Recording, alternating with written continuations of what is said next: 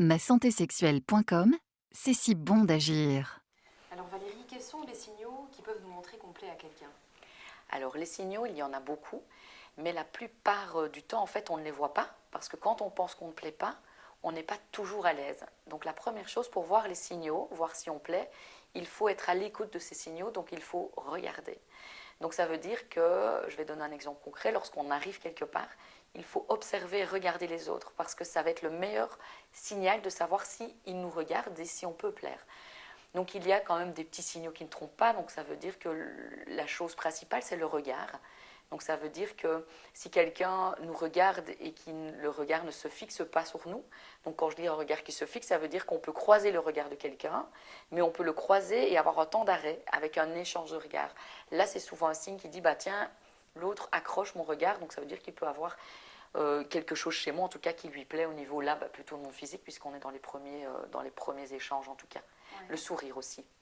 Et une fois qu'il y a cette accroche, que ce soit par le regard ou par le sourire, comment est-ce qu'on peut développer son potentiel, se dire ok voilà, là j'ai l'air d'avoir un ticket, comme on dit souvent. Voilà, tout à fait. Comment est-ce qu'on fait pour développer ce potentiel alors? Alors ce qu'il y a, c'est que souvent on passe par de la confiance en soi, donc c'est vrai qu'il faut effectivement avoir un potentiel de confiance en soi qui est assez important, parce que une des choses, ça va être de redonner un regard, par exemple. Donc si effectivement on reçoit un regard, pour montrer à l'autre que bah tiens, il me plaît aussi, il faut que je lui rende son regard ou son sourire, et à un moment que je puisse peut-être aussi activer un peu le fait d'aller vers lui, donc de trouver un peu une excuse pour pouvoir aller proche de lui.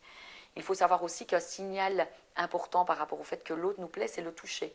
Donc si on est à côté de quelqu'un et que lorsqu'il nous parle, il pose sa main sur moi, ça peut être un bon signal qu'il nous plaît, ou que je lui plais, ou que je veux lui plaire. Donc c'est vrai que c'est beaucoup de signaux qui passent par le non-verbal pour commencer, par rapport à la séduction. Et pour s'y retrouver un petit peu dans tous ces signaux, un sexologue peut être un bon coach. Oui, un sexologue peut être un bon coach, pardon, mais on peut aussi participer à des ateliers qui sont destinés justement pour booster un peu sa confiance en soi. Et il y a également des ateliers maintenant qui sont aussi présents pour développer aussi sa séduction et son potentiel de séduction.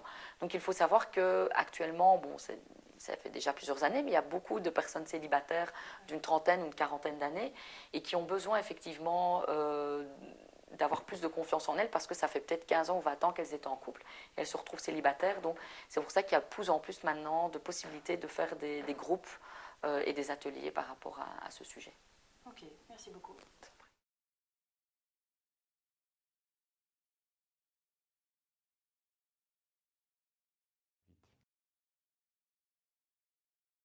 Masantésexuelle.com, c'est si bon d'agir.